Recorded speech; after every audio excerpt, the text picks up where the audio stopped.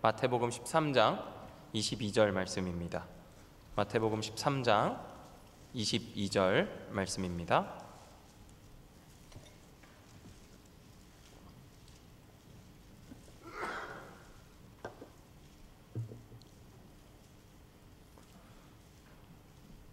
마태복음 13장 22절 한 절 말씀을 우리 한 목소리로 합독하면 좋을 것 같습니다. 같이 읽겠습니다. 시작. 가시떨기에 뿌려졌다는 것은 말씀을 들으나 세상의 염려와 재물의 유혹에 말씀이 막혀 결실하지 못하는 자요. 네. 오늘 이 말씀을 가지고 가시떨기 밭에서 살아가기, 가시떨기 밭에서 살아가기라는 제목으로 은혜를 나누도록 하겠습니다. 오늘 말씀은 흔히 천국장이라고 불리는 이 마태복음 13장에 가장 처음 등장하는 씨 뿌리는 자의 비유에 대한 예수님의 해석 가운데 한 구절입니다. 저녁 다들 드시고 오셨죠? 청국장 아니고 천국장. 네. 배불리 드셨나 봐요. 네. 이 씨 뿌리는 자 비유에는 모두 4가지 땅이 등장을 하죠. 그 가운데 이제 좋은 땅이라고 하는 그 땅을 빼고는 나머지 3땅은 다 좋지 못한 땅으로 예수님이 비유를 얘기하십니다. 첫 번째 땅은 어떤 땅인가요? 길가죠. 길가에 씨가 떨어졌다는 것은 새들이 와서 그것을 먹어버린다 하는 것을 의미한다 이야기하시고, 두 번째 땅은 어떤 땅입니까?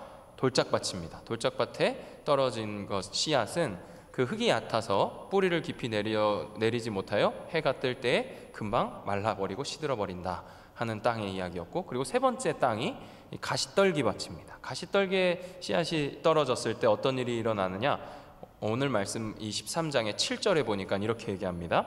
더러는 가시떨기 위에 떨어짐에 가시가 자라서 기운을 막았고, 이 세 번째 땅은 어떤 땅이냐면 이미 가시가 자라고 있는 땅이에요.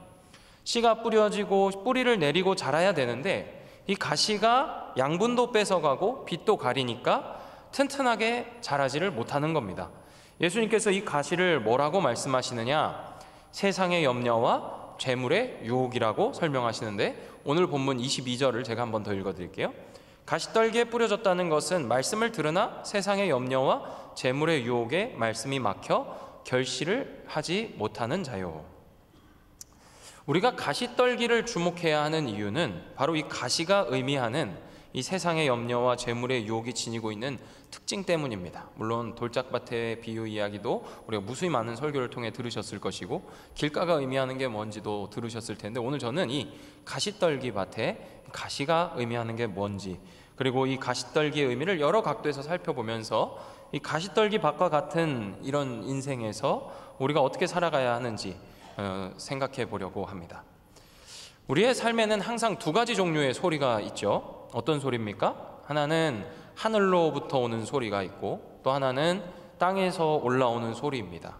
하늘로부터 오는 소리는 주의 말씀이고, 또 땅으로부터 오는 소리는 육신의 필요에 대한 소리라고 저는 여겨져요. 오늘 말씀의 본래 느낌을 살려서 직역하면 이렇게 직역할 수 있습니다. 가시떨기에 뿌려졌다는 것은 말씀을 들으나, 이 들으나를 조금 더 실감나게 번역하자면 말씀을 들었음에도 불구하고 라고 번역하는 게 더 실감나게 번역하는 방법입니다. 왜냐하면 말씀을 듣는 일과 그 이후에 나오는 가시가 가리키고 있는 그 대상, 뭡니까?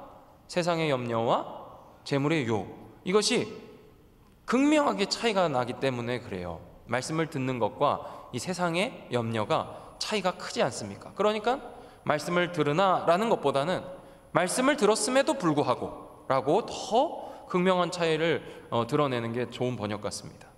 하나님의 말씀을 들었음에도 불구하고, 하늘로부터 오는 소리를 들었음에도 불구하고 우리를 향해서 어떤 소리가 또 있냐? 세상의 염려와 재물의 유혹의 소리가 있다는 거예요. 이 둘은 다른 2가지를 가리키는 게 아닙니다. 세상의 염려, 재물의 유혹은 다른 2가지를 가리키는 게 아니에요. 붙어있는 하나를 반복해서 다르게 말하고 있을 뿐입니다.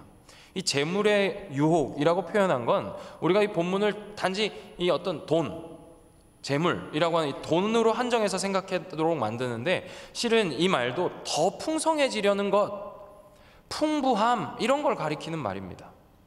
풍성함, 부요함, 더 나은 삶, 뭔가 더 잘되기 바라는 그 모든 것들에 관한 그것이 바로 뭐냐? 유혹거리다, 이 말이에요. 이 유혹이라는 말은 그냥 길을 다니다 보면 눈에 이렇게 현란하게 비치는 간판, 이벤트 광고들 그 정도를 말하는 게 아니라 없는 것을 있다고 속이는 걸 말하는 거예요. 과장 광고가 아니라 허위 광고를 얘기합니다. 속이는 일이고 사기를 치는 겁니다. 진실을 왜곡할 뿐만 아니라 없는 이야기를 지어내서 그 거짓을 믿도록 부추기는 모든 행위가 뭐냐? 바로 유혹이에요. 유혹. 이런 행위의 끝이 결국 무엇이냐? 죽음입니다. 복음서에서 이 말을 어떻게 사용하냐면 이 씨 뿌리는 자 비유에서만 사용되었지만 복음서에서는 신약 성경 다른 데를 보니까 사도 바울은 이 말을 구원과 연결시켜서 사용했어요. 이 유혹이라는 말을. 종말에 관한 가르침을 기록하고 있는 데살로니가 후서 2장에 보니까 사도 바울이 이 속임을 진리의 사랑을 받지 않도록 만드는 것으로 얘기해서 궁극적으로는 이 유혹 때문에 구원에서 멀어지게 한다. 이 유혹이 구원에서 우리를 멀어지게 한다, 이렇게 말합니다. 그러니까 이 풍성함에 대한 약속, 잘됨, 그것이 재정적인 것이든 건강이든 자녀이든 그 어떤 것이든지 간에 그 자체로 현재 상황에 비해서 더 부응하게 되는 그 어떤 것, 그것을 선전하면서 유혹하는 그 모든 일은 다 뭐냐? 사기다, 이 말이라는 거예요. 그런데 여러분, 그런 사이 유혹이 우리에게 어떤 결과를 빚어내나요?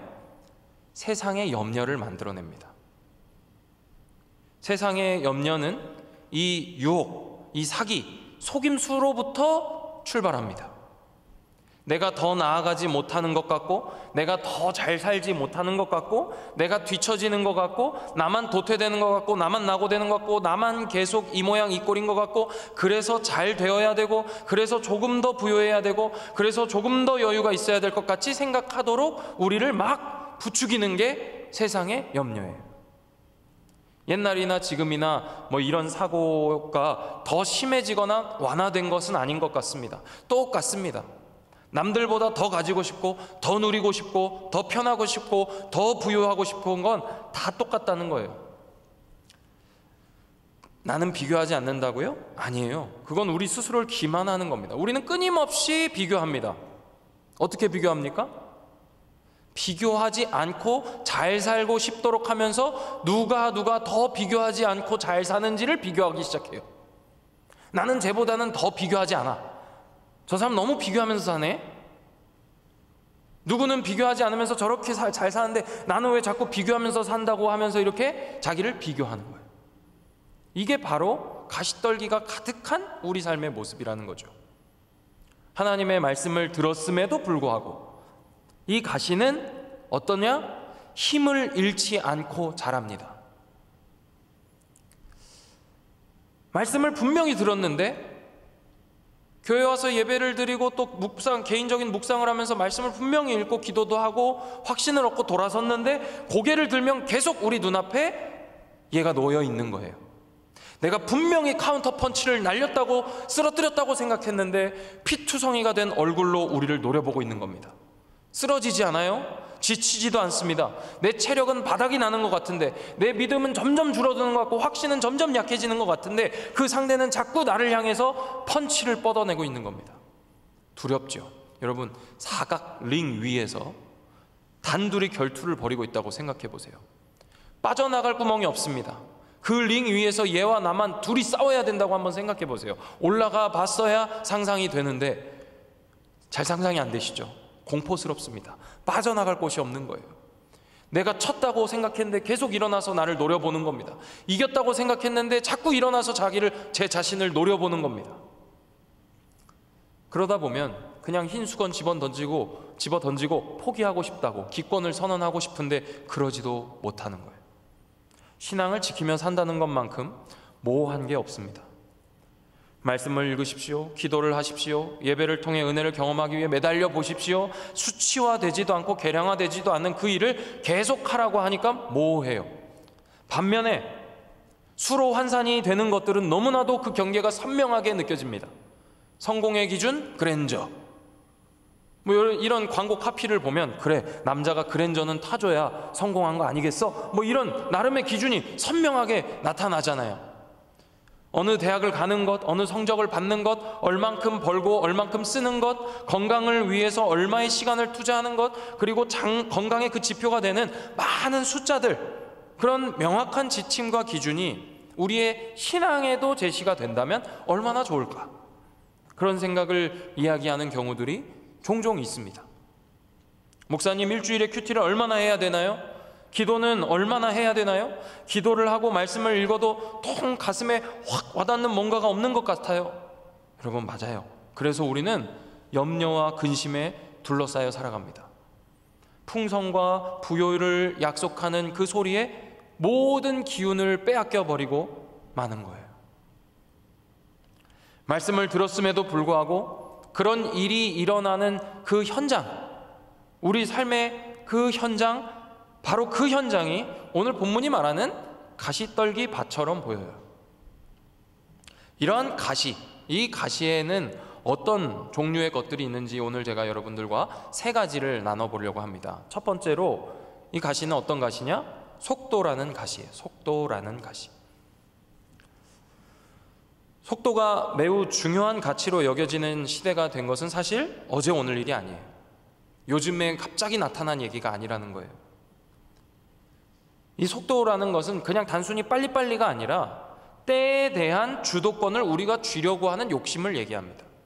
무엇이든 빠르게 일을 처리하려는 태도이든지 아니면 여유를 가지고 천천히 섬세하게 다가가려고 조심스럽게 행동하는 태도이든지 그 모든 것의 속도를 내가 통제하려고 하는 것, 그것이 바로 속도라는 가시예요. 지나친 분주함 속에서 모든 것을 빠르게 처리하려고 하는 것이나 내가 속도의 주도권을 쥐고 여유를 부리려는 것도 언제나 옳은 것은 아닙니다.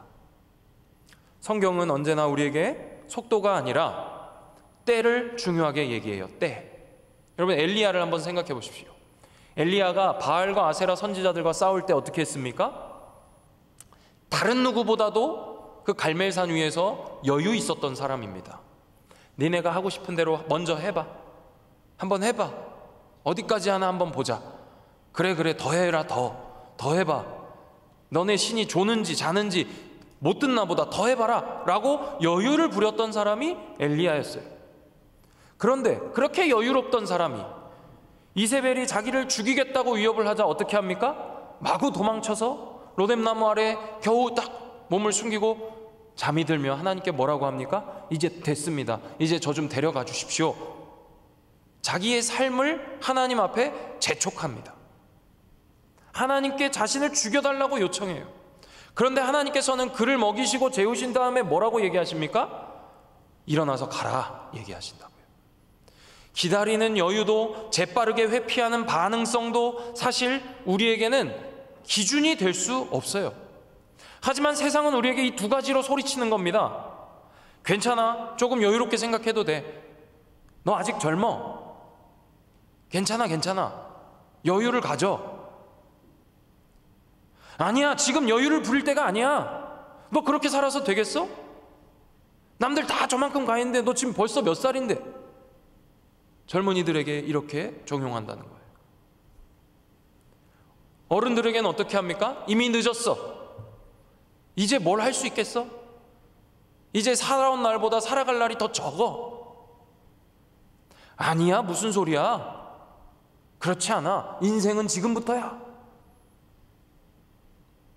이런 두 소리가 우리 귓가에 우레와 같이 울리면 우리의 마음은 초조해지고 조급해지고 분주해집니다. 그러다 보니 삶에 여유가 없어요. 마음의 여유, 관계의 여유, 모든 영역에서 여유가 없습니다.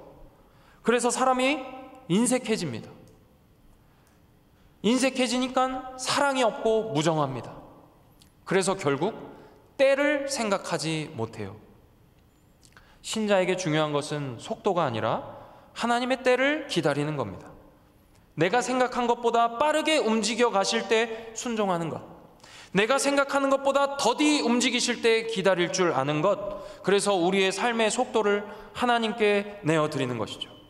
저는 이 점에서 시편 1편이 이 지혜를 잘 요약하고 있다는 것을 발견했습니다.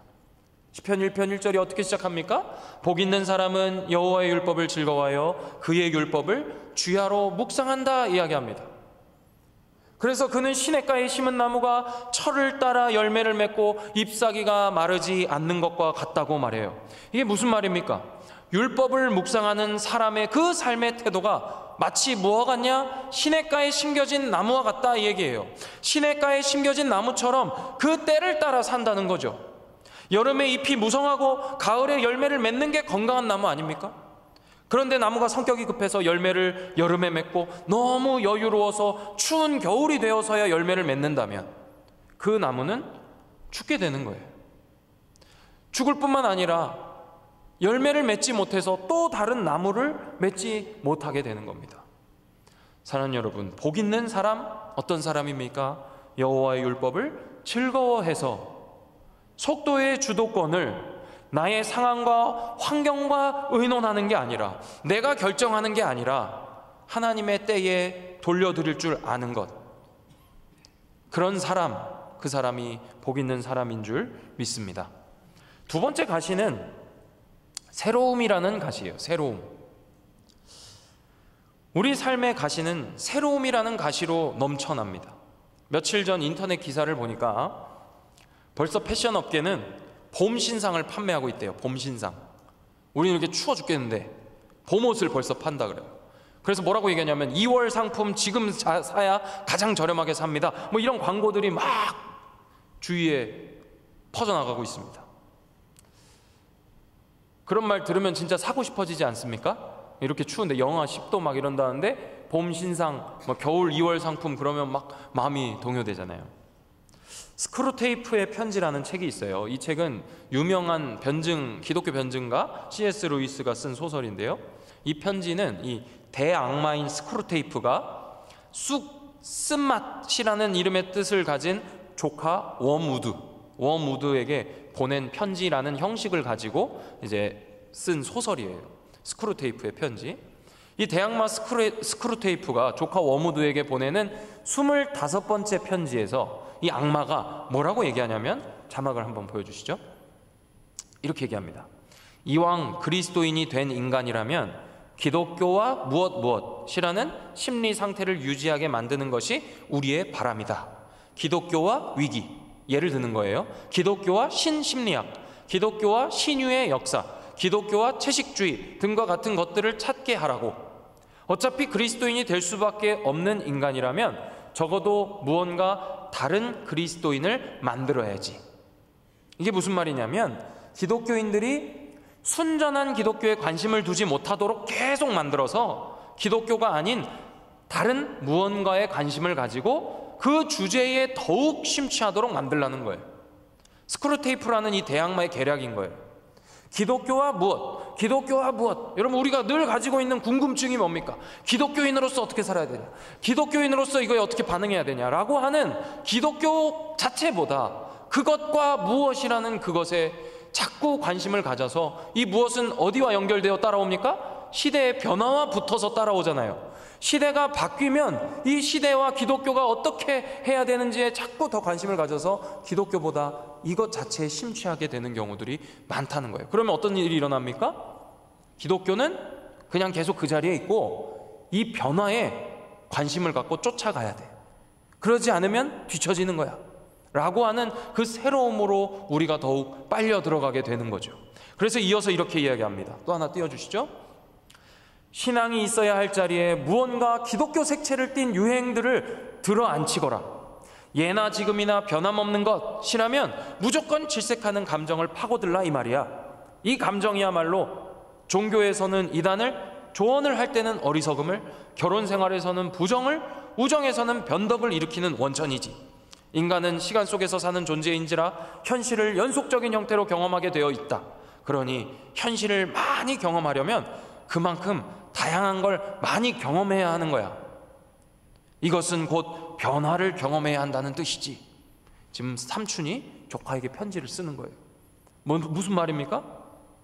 하나님께서는 변화와 불변이라고 하는 그 사이에서 인간이 균형을 가지고 그 연속성 사이에서 살게 지루해하지 않으면서도 변화를 추구하는 그 적절한 새로움 가운데에서 계속 영혼을 사모하도록 만드셨는데, 이 악마는 그 사이에 틈을 파고들어서 새로움을 추구하려는 그 마음에 탐심을 불어넣어 변화에 대한 갈망을 극대화시켜서 이전의 것, 옛날 것, 그것에 흥미를 못 느끼게 하고 계속해서 새 것을 추구하도록 만들자. 이것을 악마의 계략으로 지금 얘기하고 있는 거예요. 사람이라는 존재는 현실을 연속적으로 경험하게 되어 있어요. 우리는 멈춰있는 사진을 사는 게 아니라 동영상을 살잖아요. 그러니까 이런 인생은 이 경험의 세계를 늘려야만 무언가 다른 주제들을 내가 경험했다, 알았다 이야기할 수 있기 때문에 이 지루함을 깨뜨리기 위해선 다양한 경험을 하도록 계속 인간들을 변화에 노출시켜라 라고 얘기하는 것이죠. 이어서 이렇게도 얘기합니다. 하나님께서 우리에게 주신 그 무한의 변화의 욕구, 영혼을 상호하는 마음에 탐심을 불어넣자, 이렇게 얘기하죠. 그래서 이어서 뭐라고 얘기하냐면, 새 것이 주는 쾌락이란 본질상 그 어떤 것보다 한계의 효용감의 법칙에 지배받게 마련이거든. 게다가 지속적으로 새 것을 경험하려면 뭐가 많이 필요하냐? 돈이 많이 들기 때문에 탐욕이나 불행 중 하나 또는 그 두 가지 모두를 불러올 수 있다. 인간을 파멸시키기 위해서 탐욕이나 불행, 이 둘 중에 하나를 선택하도록 만든다 이 말이에요. 더 나아가 이 욕구가 거세지면 거세질수록 무해한 쾌락의 원천은 더 빨리 고갈돼 버리고 결국에는 원수가 금지하는 쾌락으로 나아가게 되지. 여기서 얘기하는 원수는 그리스도입니다. 그리스도께서 인간에게 하지 말라 하였던 그 쾌락을 향해서 인간들이 점점점 나아가게 되어 있다라고 얘기하는 겁니다. 사랑하는 여러분, 우리는 얼마나 새로움을 추구하면서 살아가나요? 요즘 뉴스를 통해 들려오는 소식들을 한번 생각해 보십시오. 각종 범죄들의 면면을 한번 떠올려 보세요. 새로움에 대한 욕구가 만들어 놓은 것들 아닙니까?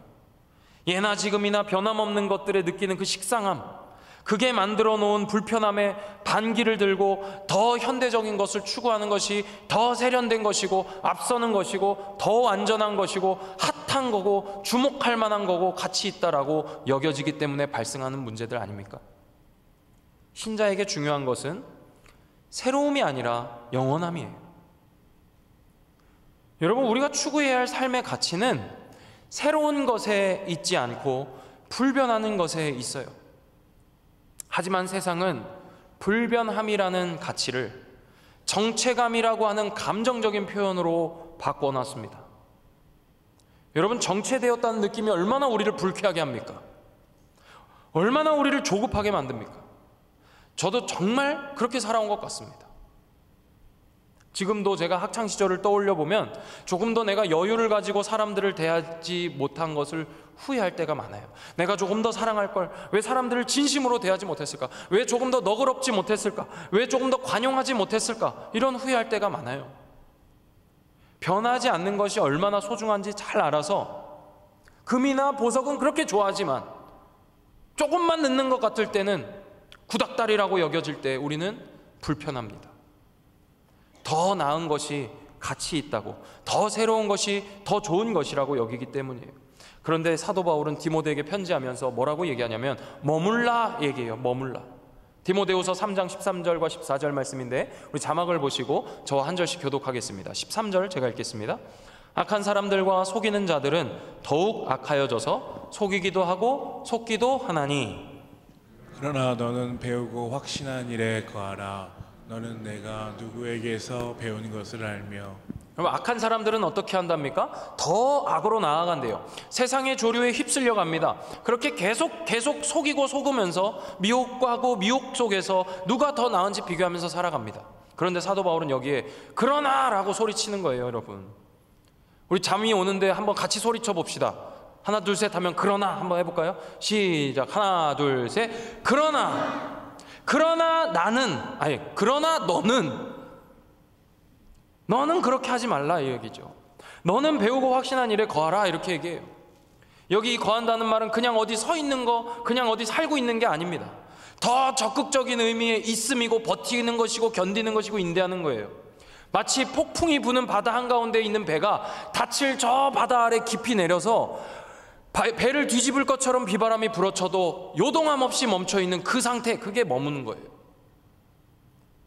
이 자리에 있는 우리 모두가 이런 견딤과 인내 가운데 앞으로 나아가는 것, 새로운 것을 추구하면서 세상 풍조에 휩쓸려 다니는 게 아니라 배우고 확신한 일, 어려서부터 믿음 안에서 배운 그 구원에 이르는 지혜를 붙들 수 있게 되길 소망합니다. 마지막 세 번째 가시는 바로 현재라는 가시예요. 현재. 설교를 시작하면서 제가 우리 모두가 공감했고 함께 경험하는 현실의 이야기를 잠깐 했습니다. 쓰러뜨렸다고 생각했지만 언제 그랬냐는 듯이 회심의 미소를 날리면서 나를 쳐다보고 있는 그 강펀치를 날리는 현실이라는 무게감은 매일매일 우리가 마주해야 되는 공포예요. 주기적으로 돌아오는 카드 결제 대금, 주기적으로 찾아오는 월세, 한 달에 한 번, 1년에 한 번씩 나의 숨을 턱턱 막히게 하는 그 현실이라는 문제가 정말 어마무시하게 거대하고 강력합니다. 그래서 우리는 이 현재라는 가시밭에서 말씀의 씨를 심고 싹을 틔워야 한다라는 그 어려운 상황에 놓여 있다는 거예요. 그런데 여러분, 현실은 우리가 살아야 하는 터전이고 우리가 두 발을 딛고 서야 하는 사실이지만 우리가 이 현실의 문제를 해결하는 이유와 목표와 목적을 상실해서는 안 된다는 걸 반드시 기억해야 됩니다. 성경의 많은 인물들은 현실을 살았어요. 상상 속의 안개 같은 것을 잡기 위해서 안간힘을 쓰면서 살지 않았단 말입니다. 유진 피터슨이라는 목사님이 있죠. 그 목사님이 다윗 현실에 뿌리 박은 영성이라는 책을 썼어요. 그 책에서 다윗이 어떻게 살았는지를 얘기하는데 다윗은 그의 삶에서 인간의 연약함 그리고 계속되는 실패, 그것을 철저하게 경험했다 이렇게 묘사합니다. 하지만 그럼에도 불구하고 그가 어떻게 그 어려움을 극복해 나갔는지 이 책이 설명해 주는데요, 우리가 잘 아는 것처럼 그는 현실 속에 마주한 문제를 해결하기 위해서 현재 당면한 문제들에 집착하지 않았어요. 잘 들어보십시오. 현실 속에 마주한 문제를 해결하려고 현재 당면한 문제에 집착하지 않았어요. 그의 신뢰감은 항상 자기 앞에 주어진 문제를 해결할 수 있는 사람은 나뿐이라는 그 자신감이나 나의 노력과 최선이 이 문제를 해결할 수 있다는 것에 몰두하고 몰입하지 않았다는 말이에요. 그는 하나님을 향한 굳은 신뢰감, 그리고 하나님의 약속에 근거한 미래에 대한 소망을 품고 그 문제를 마주했어요. 현실의 문제를 현재와 의논하지 않고 미래와 상의했다는 겁니다. 하지만 이것은 어디까지나 목적뿐 아니라 방식까지도 다 포괄해서 얘기하는 겁니다.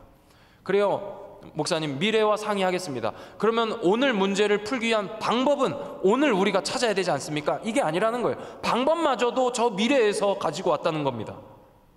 단지 문제를 해결하는 것 자체가 아니라 그 과정 속에서 어떤 방법을 통해서 문제를 통과하느냐 하는 것까지도 이 소망을 품는 태도에 포함되어 있다는 겁니다.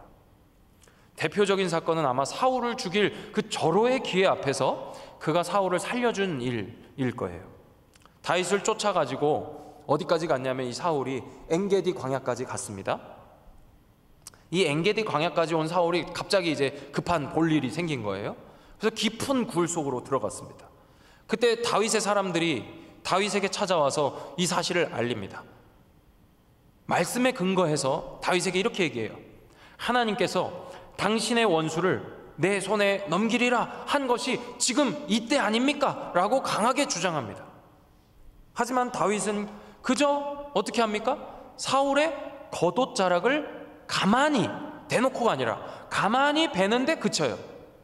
그리고 심지어 성경은 뭐라고 얘기하냐면 그가 마음에 찔림이 있었다 이렇게 얘기했는데 사무엘상 24장 5절 말씀을 같이 읽어보겠습니다. 시작. 그리한 후에 사울의 옷자락 뱀으로 말미암아 다윗의 마음이 찔려. 여러분 같으면 어떠실 것 같으세요? 마음에 찔리기는커녕 내가 이런 사람이야, 내가 할 수 있었는데 안 했어. 내가 할 수 있는 능력이 있는데 안 한 거야. 얼마나 대단하냐? 이러지 않았겠습니까? 저도 그랬을 것 같아요. 현실에 당면한 문제를 나의 능력으로 해결하지 않고 하나님의 도우심을 구한다고 믿음의 선포를 해놓고 우리는 돌아서서 어떻게 스스로를 생각하냐면 아유 잘했다, 대견하다, 여기까지밖에 이르지 못한다는 거예요. 우리의 수준은. 근데 그것도 훌륭해요. 그것도 훌륭한데 다윗은 더 나아가서 우리에게 교훈이 되어줍니다. 뭐라고 이야기합니까? 여호와의 기름 부음 받은 내 주를 치는 것은 여호와께서 금하시는 것이다. 여러분, 다윗은 사울을 자신의 원수, 사적인 원수, 개인적 차원의 문제로 보지 않았어요. 그는 자신의 삶 너머에 계시는 하나님, 우주를 다스리시는 하나님, 온 세상을 다스리시는 하나님, 나의 삶뿐 아니라 너의 삶도 주관하시는 하나님, 어제와 오늘뿐 아니라 내일과 영원까지도 소유하시는 하나님으로 믿었던 거예요. 그렇지 않고서는 나올 수 없는 안목과 고백입니다. 지금 당장 나를 죽이겠다고 쫓아오는 원수를 죽일 수도 있는 상황인데 겨우 내가 나의 힘으로 죽이지 않고 나는 이렇게 하나님의 때를 기다릴 줄 아는 사람이야 라고 만족하는 게 아니라 하나님께서 기름 부으신 자를 내가 칠 수 없다는 이 놀라운 고백을 한다는 거죠. 이게 진정한 의미에서 현실의 뿌리를 박은 영성이라는 겁니다. 우리가 소위 생각하는 현재의 깊이 뿌리 박힌 삶의 모습은 사실 소명의식과 창조 목적의 가치를 희미하게 만드는 경우가 많아요. 그리고 문제 해결의 능력을 나의 능력과 자질에서 발견하려고 하는데 몰입하는 경우들이 많고 그것이 중요하다 얘기하는 경우들이 있어요. 하지만 사랑하는 여러분, 우리는 이 시대 속에서, 현실 속에서 무엇으로 살아야 하느냐? 미래의 소망을 두고 장구한 하나님의 역사의 줄기 가운데 놓여있는 지금의 나를 바라볼 줄 아는 안목으로 살아야 한다는 겁니다. 소명의식이란 이런 거예요. 하나님께서 오늘 내가 뭘 하기를 원하시는가? 그 질문을 하기에 앞서서 이 문제의 해결은 과거와 미래와의 끊임없는 대화 속에서 나오는 결과다. 오늘 갑자기 뚝 떨어지는 게 아니다 라고 생각할 줄 알고 하나님께 그렇게 간구할 줄 아는 사람이 바로 소명의식을 가지고 창조의식을 가지고 사는 사람이라는 거죠. 다윗과 같이 하나님의 약속의 근거에서 미래의 소망을 품고 현실을 바르게 바라볼 줄 아는 진짜 현실에 뿌리 박힌 영성을 가진 우리가 되기를 소망합니다. 우리 함께 찬양하시겠습니다. 찬양을 준비하시면서 여러분 한번 이 말씀을 좀 정리해 보려고 해요. 우리는 가시떨기와 같은 세상에서 하나님의 말씀을 듣고 그 말씀에 합당한 열매를 맺는 삶을 살아야 한다라는 그 양면성 속에 갇혀있는 어려움에 처해 있어요. 달콤한 말들과 유혹들이 우리에게 손짓하지만 우리는 그 모든 가시의 기운을 걷어내고 하나님의 말씀의 결실을 깊은 묵상 가운데서 맺어야 하는 그런 사람들입니다. 왜냐하면 예수님께서 그렇게 사셨기 때문이에요. 예수님은 모든 것을 하실 수 있었는데 일부러 더디 가셨습니다. 우리 동생 나사로 좀 살려주세요 할 때 예수님은 일부러 더 3일을 머물고 가셨어요. 예수님 지금은 아니죠, 안 됩니다 라고 할 때 예수님은 뒤도 돌아보지 않고 십자가로 달려가셨습니다. 예수님만큼 우리는 나의 인생의 속도를 하나님께 내어드릴 수 있어야 됩니다. 그리고 우리 하나님은 우리에게 날마다 새로운 것을 요구하지 않으세요. 예수님께서는 요한복음에서 뭐라고 얘기하셨냐면 성령께서 오시면 내가 너희에게 말한 것을 기억나게 하실 것이라 얘기하셨습니다. 오늘 우리에게 중요한 건 새로운 것이 아니에요. 머무는 일입니다. 우리가 부를 찬양에 이런 가사가 있습니다. 거대한 폭풍 가운데 위축된 나의 영혼, 어찌할 바를 몰라 헤매이고 있을 때 주를 찬양, 손을 들고 찬양. 전쟁은 나에게 속한 것 아니니. 사랑하는 은평가족 여러분, 이 노래 가사를 우리가 이제 따라 부를 텐데 같이 부르시면서 이 시편 63편의 말씀도 기억하시면 좋겠습니다. 시편 63편 1절부터 3절 제가 읽어드리겠습니다. 하나님이여, 주는 나의 하나님이시라. 내가 간절히 주를 찾되 물이 없어 마르고 황폐한 땅에서 내 영혼이 주를 갈망하며 내 육체가 주를 앙모하나이다. 내가 주의 권능과 영광을 보기 위하여 이와 같이 성소에서 주를 바라보았나이다. 주의 인자하심이 생명보다 나음으로 내 입술이 주를 찬양할 것이라. 여러분, 간절히 주를 찾았답니다. 언제 간절히 주를 찾았답니까? 물이 없고 황폐한 땅에서 주를 갈망하고 주를 앙모했대요. 여러분, 물이 없고 황폐하면 어떻게 해야 되겠어요? 물이 없으면 물을 구하러 뛰어가야 되고, 황폐하면 땅을 기경해야 되고, 더 좋은 땅을 찾아가야 되는 게 맞지 않습니까? 근데 물이 없고 황폐한 가운데서 주를 찾았답니다. 가서 일을 더하고 실력을 키워야 되는데 성소에 와서 주를 바라봤다는 게 말이 되는 일입니까? 그리고 3절에 뭐라고 얘기합니까? 주의 인자하심이 생명보다 낫습니다. 사랑하는 여러분, 이게 신자의 정체성입니다. 주의 인자가 내 생명보다 낫습니다. 내가 뭘 이렇게 살려고 아등바등 몸부림치면서 애쓰는 이것보다 주님, 주의 인자하심이 더 낫습니다. 주의 영원하심이 더 낫습니다. 여러분, 나의 문제를 해결하고 고침받고 원하는 대로 바라는 대로 다 이루기 위한 것이 아니라 주님 뜻이 이루어지는 것, 그것을 바라는 것이 내가 존재하는 이유입니다. 주님, 나를 불쌍히 여기시고 나를 돌아봐 주옵소서. 이게 우리의 고백되기를 바랍니다. 우리 함께 이 마음 가지고 찬양하겠습니다.